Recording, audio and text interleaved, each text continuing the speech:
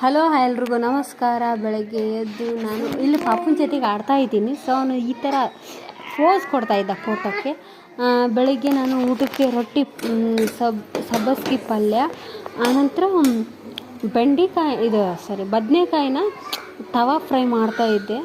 ಜಿಗಿಟ್ ಹಾಕ್ಕೊಂಡೆ, ರೊಟ್ಟಿ ಮಾಡಿಕೊಂಡೆ. ಆಹಾ, ಸಬ್ಬಸ್ಗೆ ಪಲ್ಯ, ಬಿಸಿ ಬಿಸಿ ರೊಟ್ಟಿ, ಬದನೇಕಾಯಿ ತವಾ ಫ್ರೈ ಏನು ಸಖತ್ತಿತ್ತು ಗೊತ್ತಾ. ನೆಕ್ಸ್ಟ್ ಲೆವೆಲ್ ಇತ್ತು. ನೀವು ಒಂದು ಸತಿ ಟ್ರೈ ಮಾಡಿ, ನಾನು ರೆಸಿಪಿ ಶೇರ್ ಮಾಡ್ತೀನಿ ಆಯಿತಾ. ಆನಂತರ ಇನ್ನು ಪೂರಿ ತಂದಿದ್ವಿ, ಮನೆಯಲ್ಲೇ ಮಾರಕ್ಕೆ ಬರ್ತಾರೆ ಮನೆ ಮುಂದ್ಗಡೆ. ಮಂಡಕ್ಕಿ ತೊಗೊಂಡ್ವಿ. ಆನಂತರ ನಮ್ಮ ಮನೆಯವರು ತರಕಾರಿ ತಂದಿದ್ದರು.